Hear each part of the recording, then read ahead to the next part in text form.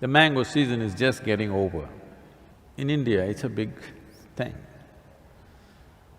If you looked at the mango tree in the month of October, November, December, you didn't see any sweetness dripping out of it. Suddenly in January, February, flowers came. They were not as attractive as jasmine or rose flowers or something, some tiny little flowers came. Suppose you do not know this is a mango tree and you tasted it, you take a leaf and bite it, it was quite bitter. But suddenly in the month of April, May, huge drops of sweetness hanging there in the tree. So, if you did not have prior knowledge that this is a mango tree, did you think this tree is actually manufacturing this sweetness? But you think suddenly in April sweetness came? It has been slowly manufacturing this sweetness and it put it out at a certain season, but it's been on right through the year, isn't it? Mangoes happen only in one season. You notice the sweetness only at a certain time. This does not mean the mango tree was not striving and working to produce that sweetness. You cut any part of the mango tree and taste it, you will not find a slightest tinge of sweetness, believe me. But when the mango comes, how much sweetness? Where is it coming from? It's been working on it, you couldn't see it. Similarly, is it a process? For sure it's a process. But can everybody see the process, identify the process? No. When somebody is evolving on the spiritual path, others thought he's a nutcase. Somebody thought he's vagrant, somebody thought he's a vagabond, somebody thought he's something else. But when the sweetness came, everybody who tasted realized that this is a fantastic thing. So, nothing in the universe happens bang, bang, bang. Everything is a process. Can you identify the process? Can you recognize the process, is the question. Generally, anybody who carries, generally among human beings, when they're children, any child which carries a certain level of genius within him, which is irrepressible. Everybody has genius within them, but they're repressible.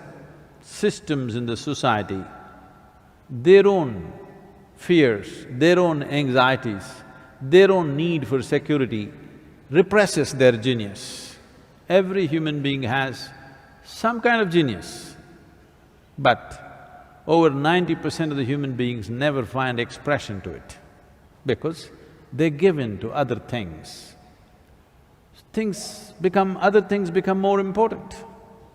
When you were 12, 15, you thought, I'll do this, I'll do that, I'll go to the moon. But you saw the neighborhood girl and started calling her the moon. Moon disappeared.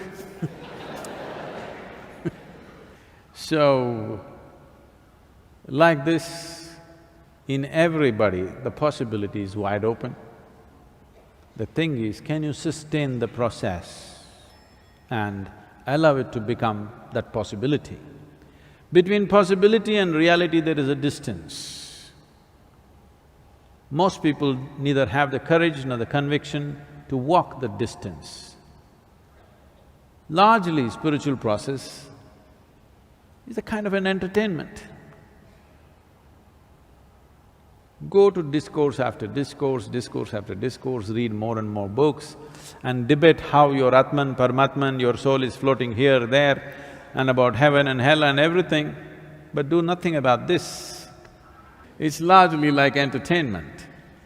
So, there is a process for sure.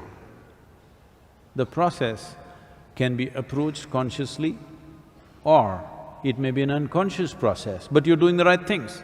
This is the beauty of this universe.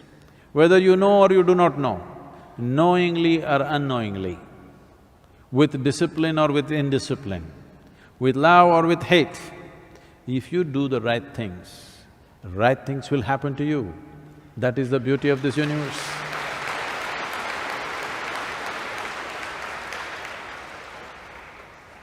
So Adi Shankara said, yogarotova bogarotova.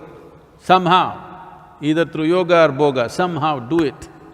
Somehow find the truth of your inner nature, because what we are considering as truth is simply this. Whatever works on all levels of life must be the truth, isn't it? Whatever really works on all levels of life must be the truth. Whatever you know in your life, test it right now, because you have a mind which can project. Right now, you are striving for a certain level of income or a certain kind of house or a car or something else or something else. Put yourself in different stages of life and see if it still means a lot to you. See, suppose not tomorrow, let's say 100 years later, you're on your deathbed. Just see if your jewelry, your makeup, your car will mean something to you on that day. This does not mean you must give it up today. It is just that you must keep it in its place, you must not carry it in your heart.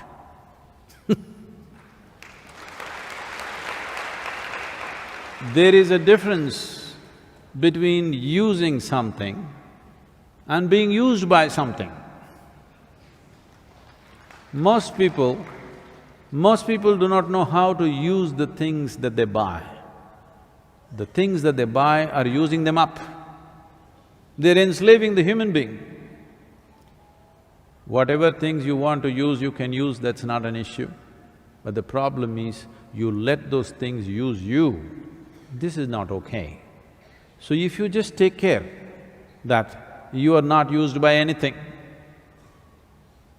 you understand the limited role that everything has in your life, the limited role of your education, the limited role of your career, the limited role of your marriage, the limited role of your relationships, the limited role of your wealth, the limited role of everything that you're doing. If you understand where one thing begins and where it ends, then you don't have to do anything. Spiritual process is on.